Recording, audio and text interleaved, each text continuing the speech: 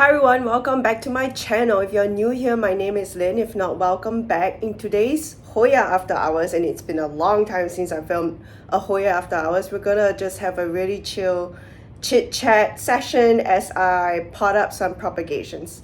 If that sounds exciting to you, keep on watching. Okay, I'm just gonna tilt the camera down a little bit so you can actually see what's going on the table. I have a bunch of different cuttings over here, and I have a dedicated video series for how to take a propagation, and also a really long extended video on how I manage my propagations in water tubes and stuff like that. I also thought it would be interesting to talk about some things that I've been seeing on Instagram, and also some things that I've been hearing just on Facebook and stuff. So let's just get into it. Before we start, as usual, I have my little squeeze bottle here, and before you comment and ask me like what squeeze bottle it is, can I have the link? I don't have the link to this squeeze bottle. I got it as a present, but I have found it on Amazon before. What you want to look out for is a squeeze bottle that has like this tube on the side and not a straw down the middle. I find that it allows you to evacuate like every single drop down to the very last drop. So this is the squeeze bottle that I will recommend. But no, I don't have the exact link to this squeeze bottle. Okay, and then here I have all of my cuttings, and I've cut them about 30 minutes ago. In general, I do recommend letting your cuttings callus, and by callusing, I just mean after you cut it, let it sit around for like at least 30 minutes or at least 15 minutes, just so it can form a callus. I think, and that brings me to the first thing I've heard in the last couple months. I think someone gave somebody else a really hard time because that person who was taking the propagation did not let her cuttings callus before potting it up into a water tube.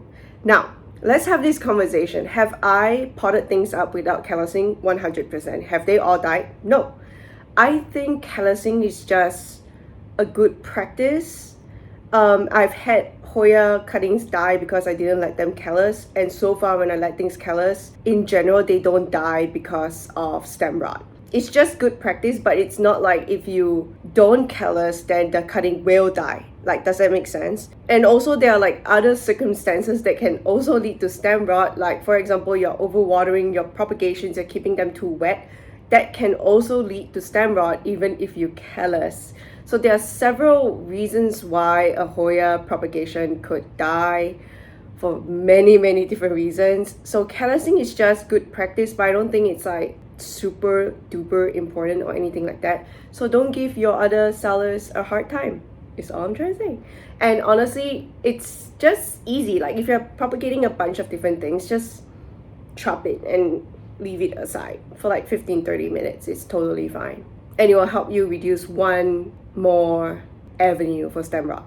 So these have been sitting around for like 30 minutes ish, and I have a variety of different cuttings. I have my water tubes over here, and and this brings me to the next thing that I've seen on Instagram recently. So some people really hate these water tubes, and they think that that's how like Hoyas die. Personally, ever since I've discovered these water tubes, they have been a lifesaver in terms of like space and just in terms of ease of maintenance and management.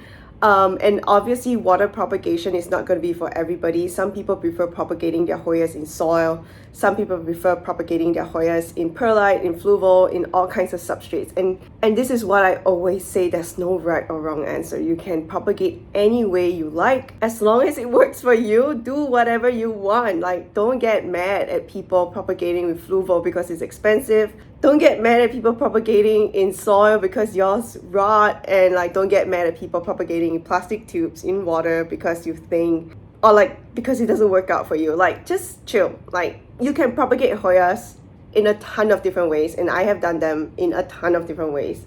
And the answer is you can do them in a ton of different ways. There's no one right way. The right way is whatever fits your lifestyle best. That's the right way. And also, continuing on the materials train, I guess, I also have these tiny little plastic shot glasses. I have a link, or rather I have a whole video on the Amazon tools that I use regularly on a different video. I'll link the Amazon video down below. But yeah, These are something that I've repurchased many times, and I use them to propagate like smaller cuttings in Fluval. So this is the container of choice, if you will. Do you have to use these? No, you can use anything you want. You want to use reusable pottery? Go ahead. Be more earth conscious. Oh, and side note, I do reuse these. It's very easy to clean out. You just like wash them with warm soapy water. And then if there are like any nooks or crevices that are kind of dirty, you can just dip a cotton Q-tip in alcohol and then just like get into the little nooks and crannies, and they are good as new and you can reuse them again. So you don't have to like use and dump them out every single time. And obviously I have some Fluval here in the box. You'll see like some little pebbles in here. That's just leftover pond from the last time I had pond. Do you have, okay, which brings me to yet another thing. Do you have to add pond or perlite into your Fluval? No. I have done them all of the different ways, and I think I have like a dedicated video for this as well, and you can go check it out. I'll link it down below. But yeah, you can propagate them in any way you want to meet any budget. Again, the right way is the way that works for you and your lifestyle. So chill, you'll be fine. All right, so let's start. I have some pretty fun Hoyas here today. This first one is a one-leaf Hoya verticillata lampong or lampong. I don't really know how to say it, to be honest, but it's a really beautiful big leaf Hoya. It's very veiny, it's kind of splashy, it's very textured, as you can see. It's also a very hard leaf Hoya. This one was, you know, curled around the trellis, and so it has like this wavy little thing. Personally, I find it really hard to get this into the tube when it's so like curly. So I will probably trim like half of this stem off just to make it more easy on the tubing end of things. So if you've been watching my channel for a long time, you'll know that like a squeeze bottle with 70% alcohol is a must. I always disinfect my scissors before I cut anything. I just think it's good practice. Again, are you gonna infect all of your plants with some unknown disease if you don't do this? Probably not, especially if your plants have been with you for a long time and there's like no fungal disease or anything like that. But again, it's just good practice, so I like to do it. If you don't want to do it or you ran out of alcohol, it doesn't mean you cannot propagate your Hoyas. It's all good. I like to disinfect my scissors before and after I do a cutting, just to keep it extra clean. So this one I just cut, and as you can see, there's like fresh sap coming out because the callus has been cut off. So I'm going to let this callus while I tend to the other cuttings, and by the end of this video, we'll circle back to that propagation. But I think I have another verticillata lampong here, or lampong. Oh yeah, so here is another cutting. This one has a really long stem. If you've seen my big leaf Hoya video, I think I featured this Hoya. It has really big heavy leaves and very thin vines. So this one 100% needs a trellis, and it tends to throw out really long vines, as you can see, that it's not going to leaf up until it hooks onto something. And this one, this Hoya in particular, vines really well and climbs really well. So if you give it a trellis, it's going to climb really nicely for you. But here I have another cutting with 2 leaves this time, 1 note, and I'm gonna just, it's already calloused, yep, and I'm just gonna put this in a water tube and then add water and we're good. Okay, and then I guess another question you're gonna ask me is, what's in this tube? Why is it blue? So in here I have some leftover fertilizer water. If you're interested in my fertilizer, or rather my fertilization routine, you can go check out the description box below. I have a whole dedicated video. My fertilization routine has not changed. This is just very cheap, standard blue crystal, dissolved in the water, general purpose fertilizer. And usually I add rapid start in here as well, but I'm honestly too lazy and too tired to like mix up a whole brand new bottle of rapid start just for like a few cuttings. So this is just gonna be fertilizer water that I'm gonna be hydrating all of these cuttings with. I guess the next question that you might ask me is, do I need to have fertilizer in my water in order to root out Hoyas? Also no. In general, during the rooting process, I don't think they need like a heavy dose of fertilizer. It's kind of a waste, but like if I don't use this water, I was gonna throw it out anyway, so it's not really a waste for me. But no, you don't have to use fertilizer in the water in order to root out your Hoyas. Your Hoyas can root just fine with plain water. However, I will say, if you want your cuttings to like grow out leaves faster after they have developed roots, then that's a good, like once your cuttings have roots, that's a good time to start adding fertilizer into your water in these water tubes or Fluval or whatever substrate that you're using. But in the beginning, like, it's not super essential. Another thing I like to do personally, if you look at these tubes, they have like a little plastic cap on the top. I don't know if it's focusing. And there's a little hole on the, well, at the top. I like to grab like a pair of cuticle scissors and just make a snip or like 2 snips. Like that. Hopefully it's focusing. Oh, there it is. And that just helps me to not have to keep opening up this little lid when I need to top up water, because I can just fit the nozzle of this squeeze bottle on the side of the stem. So that's just a little tip. If you don't want to do that, you don't have to do that. Like, it's completely unnecessary. You can do anything you want. So this goes in here like so. Perfect fit, as you can see. Oh wait, this is the Germany. Oh, hang on. Let's go back to our original cutting. Fits in here just fine, as you can see. And we're gonna add water all the way to the top. And that's one cutting down. And what I personally really like to do with these water tubes is to put them in a test tube rack like that. And you can get these test tube racks on Amazon, and you'll find the links to everything in my Amazon tools video that I will have linked out in the description box below.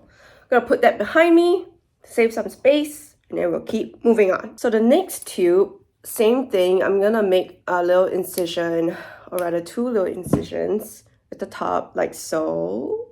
Hopefully it's focusing. And then here I have a really beautiful Hoya Germany splash. This is such a beautiful plant.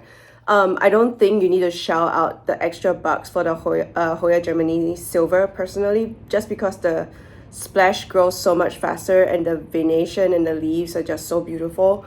I think the green one is already very pretty. But if you do want something more bougie or something more special because you're more like into the rarer Hoyas, or like you want something that's like full silver, then the Germany splash, the Hoya Germany silver is a really good alternative to like the green splashy one. Just know that the Germany silver grows at tectonic speeds. It is a very slow growing Hoya. But if that's what you're looking for, then go get it. The next Hoya I have here, well, hang on, let me make the snip. The next Hoya I have here is the Hoya Gunung Gading Ghost. So this one has really nice splashing up top, down at the bottom, actually, not up top. It's almost full silver on this leaf, and there's like a half moon silver on that leaf. But like the rest of the leaves are kind of like pretty low splashing. And that's mostly because it was facing away from the light. So for the Hoya Gunung Gading Ghost, it is a pretty fussy Hoya. So it's not that it doesn't grow, but it does grow really slow. It's a lot slower than the standard Gunung Gading. The Hoya Gunung Gading Ghost grows a lot slower, and if it doesn't get extremely high lights when it's developing those brand new leaves, the leaves tend to come out like not super splashy, even if it's growing out from like a super splashy node. That's something that I've realized.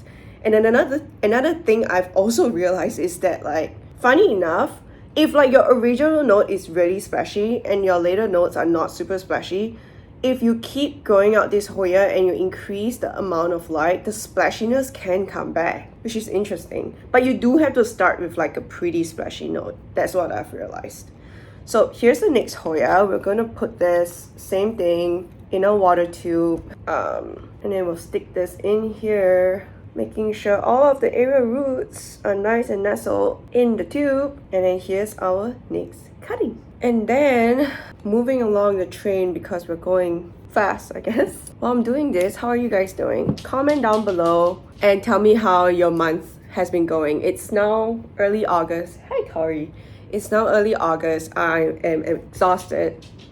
I just recently started a new job, and I'm still trying to figure out how to do my new job, which is a full-time job, and also manage this YouTube channel. And it's been interesting. It's really hard, I'm not gonna lie, because the YouTube thing took up a lot of time, like downtime when I was still in graduate school. But like, I'm no longer in graduate school, I have a full-time job. It's really hard to do YouTube creative work on the weekends, and after like a long day of working, like your brain is already exhausted. It's really hard, but I'm gonna keep trying anyway. And the new schedule I'm aiming for is one long format video every Saturday and one short, or like maybe 2 shorts if I'm feeling extra creative during that time, or like if I have extra content. I will have 2 shorts coming out in a week. But right now, I'm working towards like 1 Saturday long format video and 1 short form every single week. And can I just say, thank God for scheduled uploads, because scheduled uploads are such a treat and they have totally saved my life. The fact that I can film all of these videos on the weekend and like just schedule them across like the coming weeks has been a total lifesaver.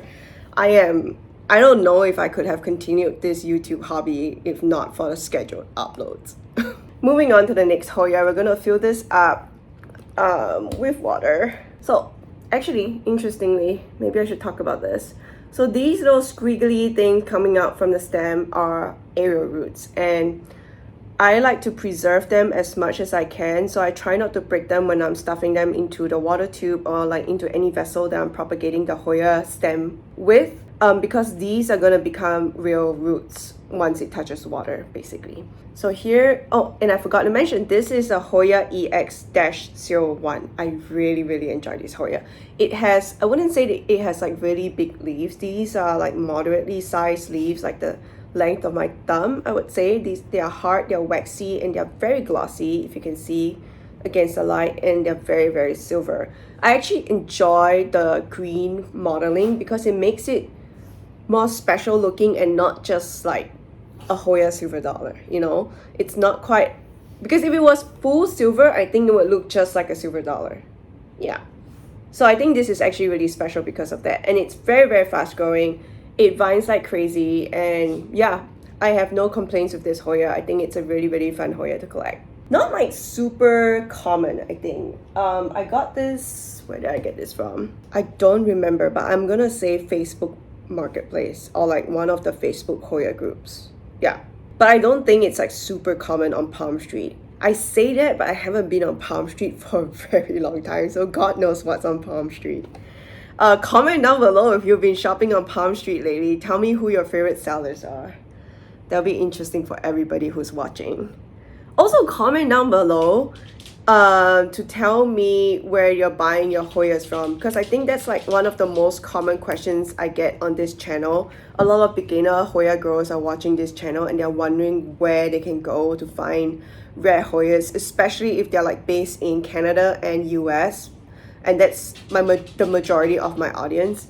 So comment down below if you're from the US or if you're from Canada. Tell us where you buy your rare Hoyas, where you find the best deals, and yada. Here is the original cutting that we started this video off with. This is a Verticillata Lampong 1 leaf 1 note cutting. I chopped off the swirly little bit.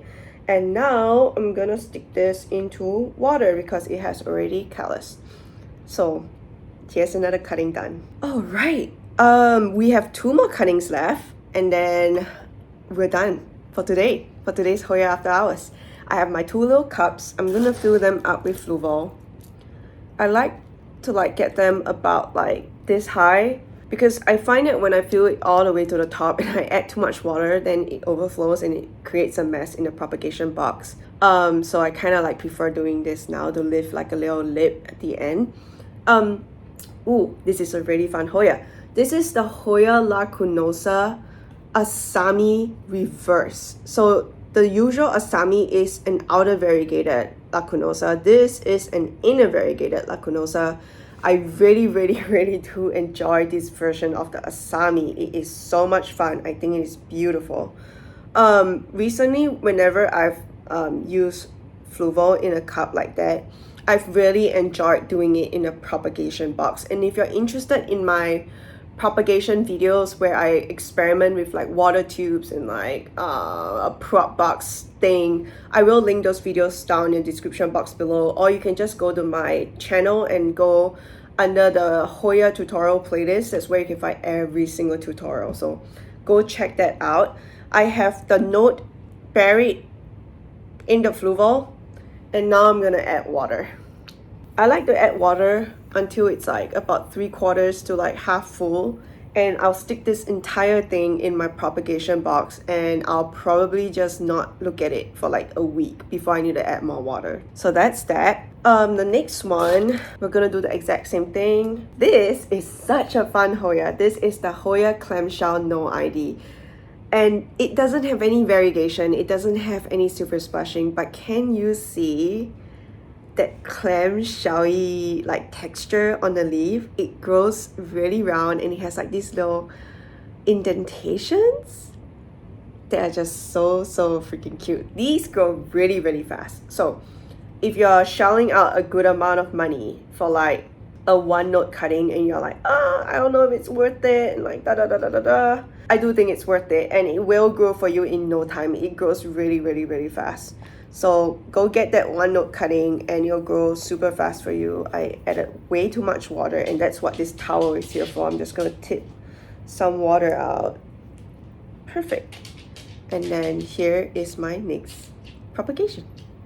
All done. That brings me to the end of today's video. I hope you guys had a great little hangout sesh with me. Comment down below all the questions I asked in the video. Say hi wherever you're from. I love hearing where all of you guys are from, whether you're in the US or like different places in Canada or different places in the world. I just like hearing where people are from. Have a wonderful day wherever you are, and I hope you enjoyed today's really chill video. Bye.